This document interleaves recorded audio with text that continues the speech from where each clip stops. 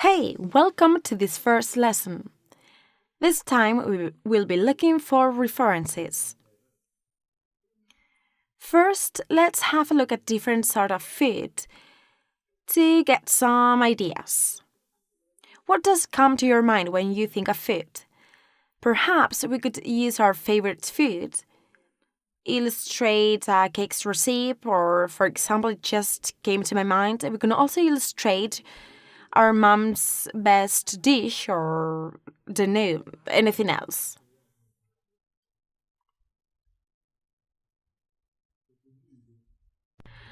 So we need to know what we are going to represent before starting off the project. Regarding the references, it's essential we are aware of the importance that food has within the illustration world. For example, let's have a look at the dishes and food appearing in Miyazaki films. These films have numerous scenes with food and delicious food. They include lots of details so the audience wants to eat it. As you can see, all these illustrations are realistic. They look quite real. This way, people feel like eating this food.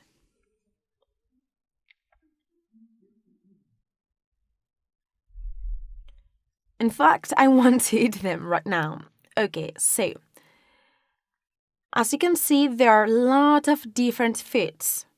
Sandwiches, soups, fried eggs, among other recipes. There are a lot of them.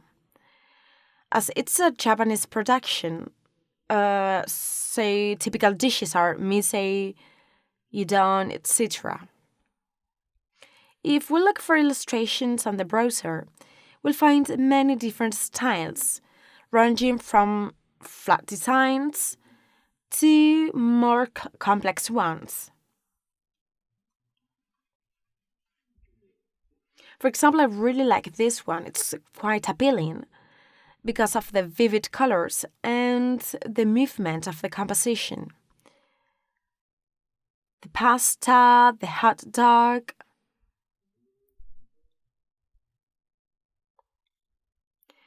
Then I found this other illustration, which is simpler than the other one. There is no movement in here. There appear different dishes, but without movement. The pizza, sushi. So, first of all, we need to be clear about the style we are developing. So, apart from the references, we need to choose the style for our composition. In my case, I want to make a sort of mosaic with ingredients.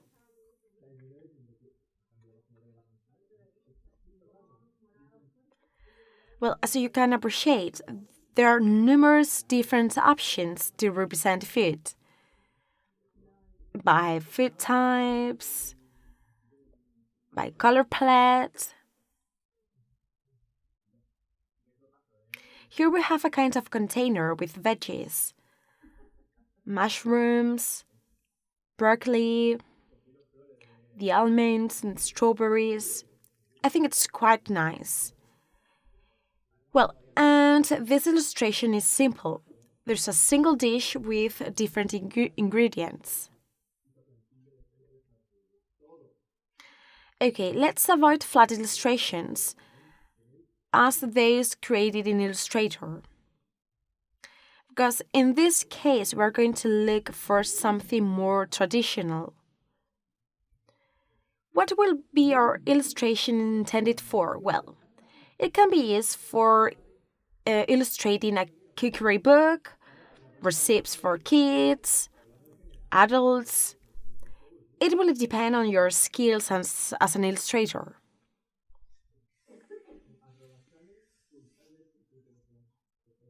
Well, as you can see, there are lots of examples. And okay, there it goes. Great. These are the examples I referred to before. These are illustrations displaying each of the ingredients of a certain recipe. For example, we have this illustrated recipe, which is on how to make some toasts with sardines and tomato. And then we have this sandwich. So I wanted something similar to this.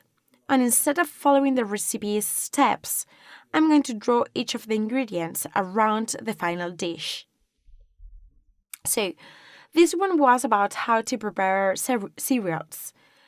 And there you could see all the ingredients to prepare granola, the flakes, oats, vanilla, and so on. Guys, now it's time for you to look for your favorite foods recipe. So, look around for many references and challenge your skills as an illustrator by trying to create something completely new for you.